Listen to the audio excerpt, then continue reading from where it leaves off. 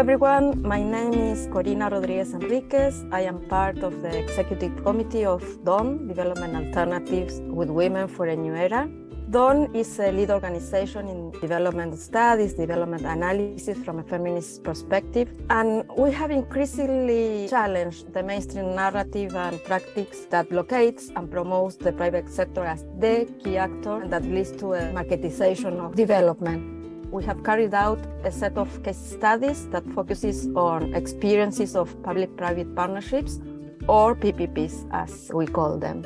We wanted to generate clear evidence about how the discourse promoting the advantages of PPPs is built at the country level and how legal frameworks are framed to allow them. And we also wanted to strengthen the evidence about the implications of using PPP modalities when providing social goods and services, about their impact on inequality gaps, and about whether there is resistance to this type of development model. Today, I'm joined by Sue Godt, DAWN's associate, and we are learning about the experience in India.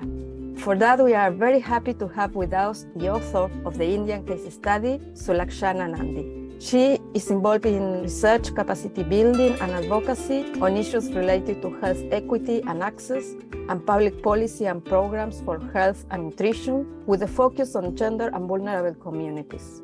Before starting to discuss public-private partnerships in India, we would really love to learn about your own trajectory as a feminist. What brought you into feminism?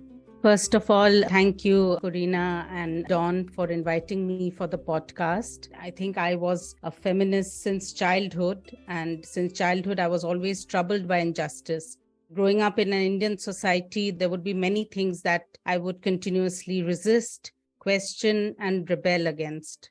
As I grew older, I became more and more aware and recognized my privileged socioeconomic and educational status. And I started working with women's groups, grassroots organizations, and social movements in some of the poorest regions of India. So I work with women's organizations on social justice and human rights, on gender and right to health, forest rights, health systems, social accountability, gender-based violence.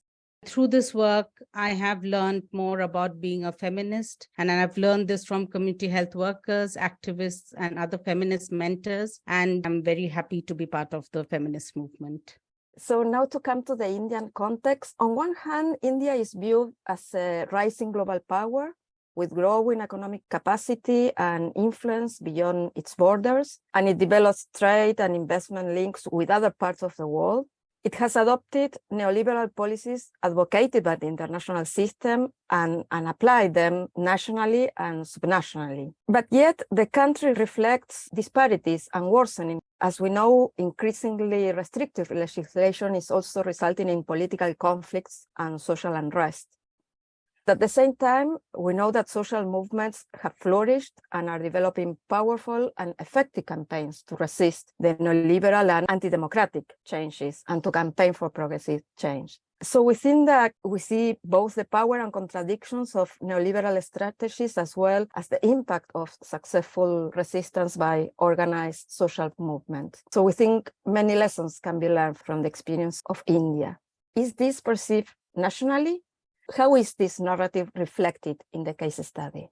You know, India is a very diverse and hugely unequal country, and with extreme socioeconomic inequalities based on caste, class, gender, geography. And the dominant narrative that is set is the one set by the ruling elites. So that's one kind of perspective that comes in, which is by the ruling elites and the caste groups that are more powerful. Perceptions differ depending on how these policies are affecting you. Therefore, when we look at the resistance and the protests, we see health workers protesting, for instance, against growing precarity in their employment and contractualization of their employment. We find health activists and communities protesting against the privatization of a public hospital or the primary health center in their area. or we see community protests against being displaced from their ancestral lands and forests in order to set up an industry. So as I said, India is very diverse and perceptions would also be very diverse when it comes to the neoliberal discourse. We find great diversity in policy responses by the different states. For instance, there are states that have tried to strengthen the public systems, including public healthcare systems and public health services, improve social protection measures, and the differences between states that have done this and the ones who don't do this were really starkly illustrated during COVID and the way COVID impacted people in those states. And even in the case of the publicly funded health insurance schemes, these differences are seen.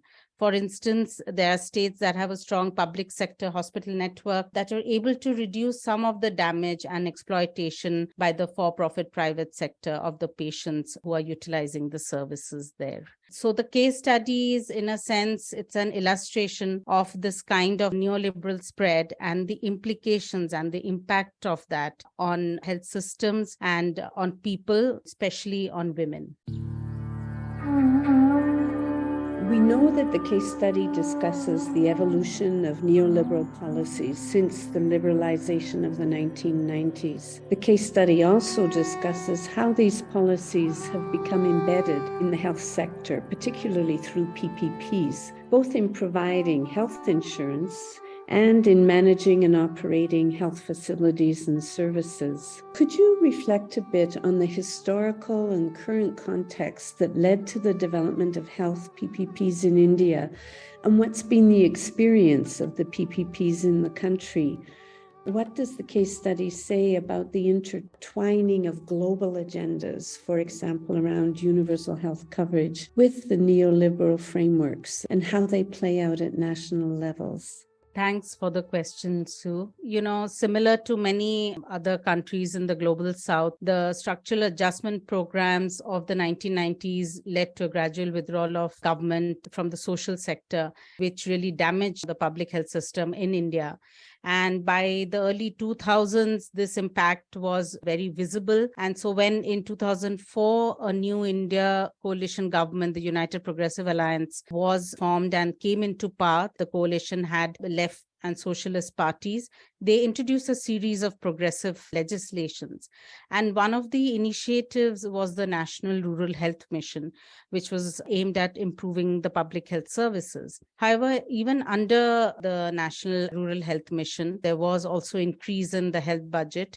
The thrust on the growth of the private sector remained, and specifically of the private health care industry. And macroeconomic policies of, opening up the economy, etc., also helped. Therefore, the subsidies to the private sector continued. So you can see PPPs to set up tertiary hospitals, outsourcing of diagnostic and radiology services, outsourcing primary health centers to the private sector to run them. But the evidence till now has been that either most of them never got implemented, never started out, or had to be suspended after a few years. And the ones that are functioning, we find that the services are very inequitable, it is inaccessible to the poor, and we must also remember that in these PPPs, public funds are being used, and sometimes they become very costly for the government too. So coming to the case study, the new wave of publicly funded health insurance schemes that were introduced, mostly in lower and middle income countries, were under the discourse of strategic purchasing for UHC, universal health coverage. And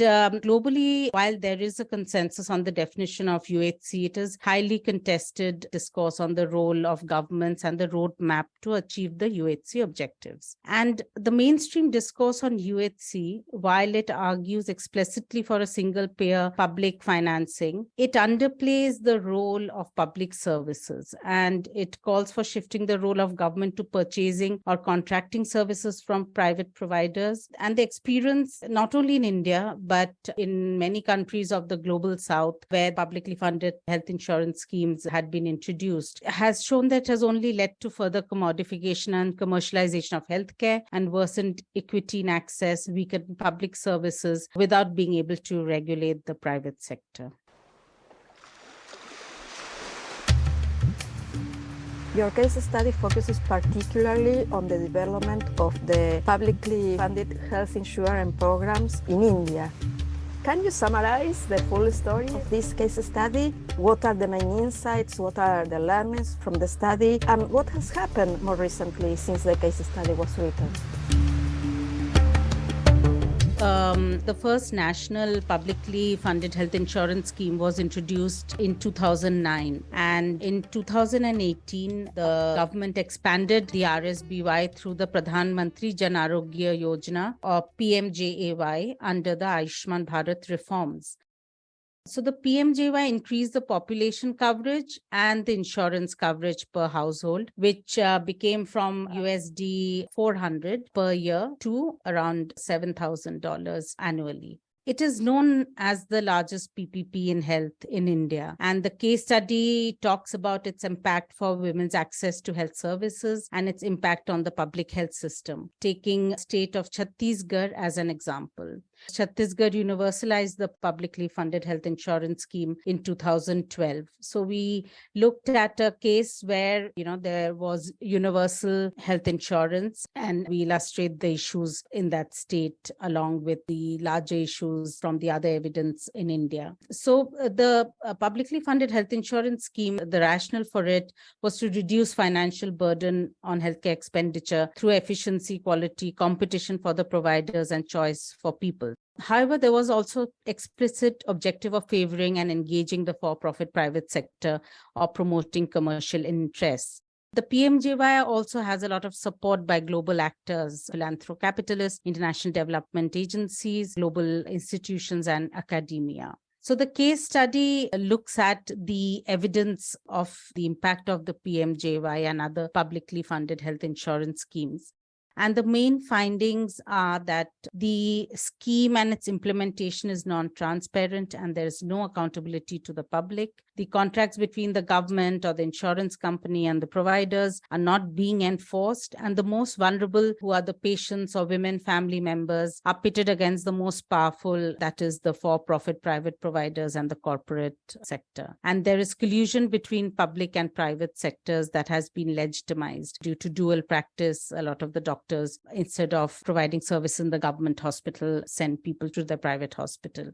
Now, the implication for this on people and on women has been that there's been a lack of health equity, there's been a lack of equitable access, and there's been a lack of financial protection.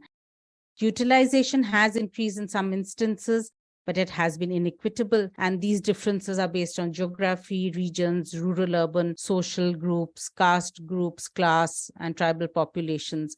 We all find that there is lower health service availability and utilization of the scheme in places with the most need, and that the private sector especially is providing selective services and engaging in cherry picking.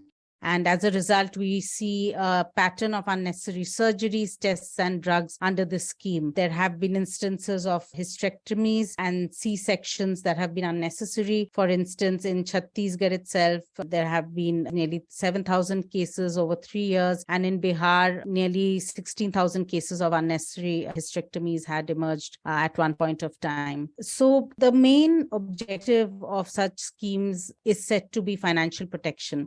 However, we find that the scheme has not led to cashless services, especially in private hospitals. Double billing is rampant, leading to out-of-pocket health expenditure. And this is often catastrophic health expenditure that families have to then borrow money or sell some resources for it. Families face abuse and harassment if unable to pay. And again, it is the women of the family who have to bear the brunt of that. The other finding has been the disastrous impact on the public health system. Now, more than 70% of the amounts go to the for-profit private hospitals that are urban-centric, while public hospitals that cater to the more vulnerable groups, including women from poor, rural, and tribal communities, they are getting undermined and underfunded. And increasing budgets for PMJY, because it is also politically a priority scheme, it leaves less funds for strengthening direct provisioning by the public facilities and by the state. Therefore, budgets are reducing for public health programs like maternal and child health, communicable diseases, and so on. During the pandemic, the scheme failed to provide free care for COVID-19 or any other hospitalization during the period. catastrophic expenditure have been done at that time. And despite this, at this point of time, there's a further push for other public-private partnerships by the government of India, which include handing over of district hospitals, which are very critical public hospitals, to the private sector. And SOPs are being given to private sector to set up hospitals in smaller towns and cities. Well, thank you so much, Sulakshana. You've painted a devastating picture of what's happened through this particular PPP. At the same time, you've really discussed the very negative impacts on the system and on the people, especially on women. And in a sense, the social pact seems to have been broken between the government and the people. So if that's the case, what are the implications and the potential for effective national and local governance of health delivery? And how does the space for influencing governance differ between national, state, and local levels? We know that India is vast, so where is the most effective entry point? So we have experiences within India itself. If they want, they can take a more sustainable, equitable path towards universal healthcare, even with respect to publicly funded health insurance schemes. And they can reverse the trends that we are currently seeing and that has been documented in the case study and ensure that people are not exploited. I'll give you an example of cataract operations in Chhattisgarh. So before the insurance scheme started, annually around 100,000 cataract operations were done, and half of it was done by the public sector. Once the insurance scheme was implemented and a package for cataract operations was added for the private sector, this number that doctors were doing in the public hospitals decreased to 12,000 annually. So we see that between 2010-11 and 2016-17, the cataract operations in government reduced by 76%, while in private it increased 132% due to the fact that the insurance was paying for it in the private sector. And what also happened that the government doctors, instead of operating in the public hospitals, were operating in the private clinics and claiming the money from the insurance scheme.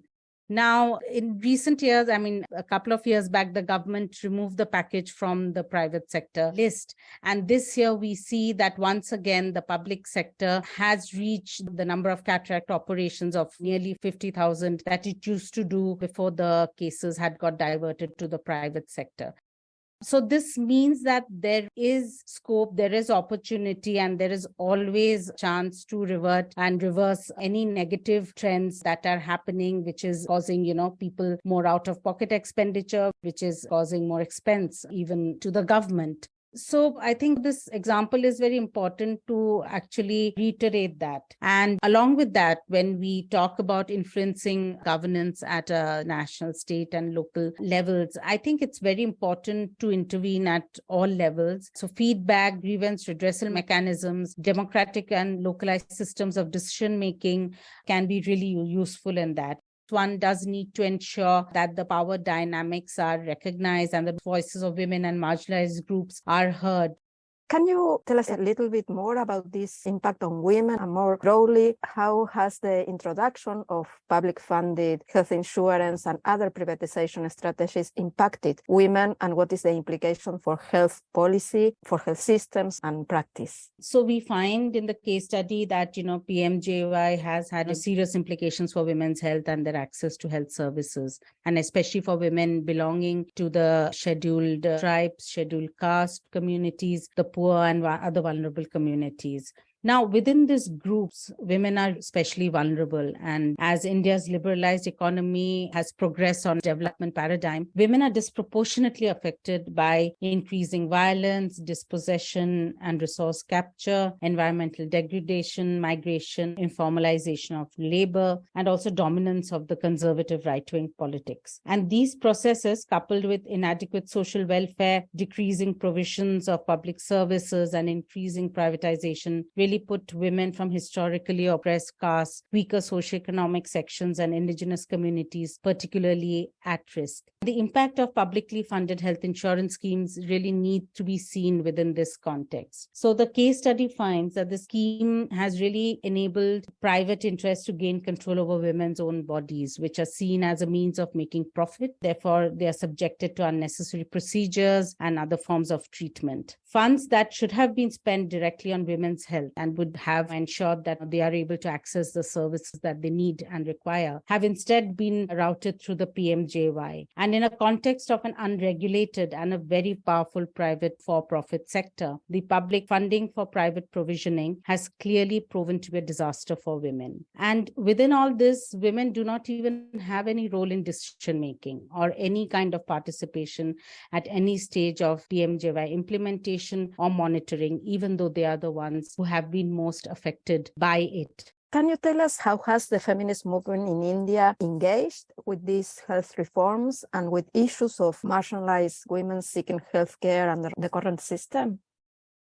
So one group of feminists within the movement, the feminist economists in India, have quite openly criticized and critiqued the neoliberal paradigm and the resulting privatization and commercialization of not only healthcare, but also other social services. And in the context of PFHI scheme, they have been quite vocal in their demand to strengthen the public sector and have non-insurance based healthcare delivery system that is equitable and caters to women from marginalized communities. And related to public employment, the other dimension and the other aspect that is very explicitly highlighted in feminist movements in India is the issue and is the cause of women health and care workers. So the precarity of women health workers are closely linked to this economic paradigm that is being followed by the government. And within the feminist movement, there are also strong labor unions of women and healthcare workers who are also part of health movements such as the Jan Swasthya Abhiyan or the People's Health Movement in India, and intervene on all these issues as part of their collectives, as part of their unions, but also as part of the larger health and feminist movements. So these are two direct and very explicit ways in which the feminist movement has engaged with this particular health reform. The case study described a highly organized social movement that really has systematically resisted neoliberal policies, that's been building strong networks and effectively implementing campaigns that, as we've heard about, have succeeded in changing policy and practice and in slowly reclaiming health as a public good. Could you perhaps highlight the strategy and share lessons from implementing the various campaigns and what challenges do the campaigns face? And then are there any linkages across social movements, including the health, farmers and feminist movement in India? And then maybe also to reflect a little bit, is there any value in linking to global social movements? What are the benefits and drawbacks, and what lessons are there for other social movements in other countries? So I think the first lesson we can learn from the campaigns and also the achievements is that one needs to really stay vigilant and act immediately. Whenever there is some policy that has been implemented or some announcement is made. For instance, we had an announcement last year that the chief minister in Chhattisgarh had made on building private hospitals in every village. And immediately, JSA came up with a statement, responding to that. So this constant monitoring and evidence building is really critical. The other step is building perspectives within the movement and also outside the movement. So, it is important, to build a consensus on what the specific issues are. And especially when, there is a diverse group of people in the movement, one needs to center the issues and voices of women, for instance, and indigenous communities that we did in Chhattisgarh. So building a consensus within the movement is also very important. And the evidence is also very useful to do that. And building a consensus beyond the movement can be done through writing in media, in academic journals. And in terms of challenges, we see not only in India, but all over the world, activists constantly face repression and limits on the freedom of expression. So, movements and campaigns really need to provide global solidarity and support in all such cases. And building a broader alliances with other social movements, that is very essential. And we've done that in India. So whether it is the farmers' movements, the feminist struggles, the indigenous peoples' movements for forest rights, the health worker movements for labor rights. So they've all come together. And I think more and more social movements are finding that it's really important to build solidarity with each other with regards to linking with global movements. Again, I would say, that too is very important, because even our collection of case studies shows that, even though all of us were from different countries, histories, so much of what we documented were similar with regards to the principles of PPP and what happened, the implications on women. So in this sort of globalized world, it's really important for us to build our globalized solidarity. And within the People's Health Movement, for instance, with the publicly funded health insurance schemes, we have been trying to document similar experiences in other countries, both in Africa and in Asia regions, and also from Latin America, bringing that evidence together, writing that together, and advocating for changes at the global level. Collective action and solidarity across issues, geographies, and movements is essential, and that really gives one hope. If you want to know more about the Indian case and about the other PPP cases and about more broadly Dawn's work, you can reach out to our website, dawnnet.org, or you can follow us in social media as Dawn Feminist. Thank you. This podcast series was produced by Dawn, Development Alternatives with Women for a New Era. Today's episode was edited by Alicia Furtado and engineered by Ernesto Sena. Thank you for joining us. See you on the next episode.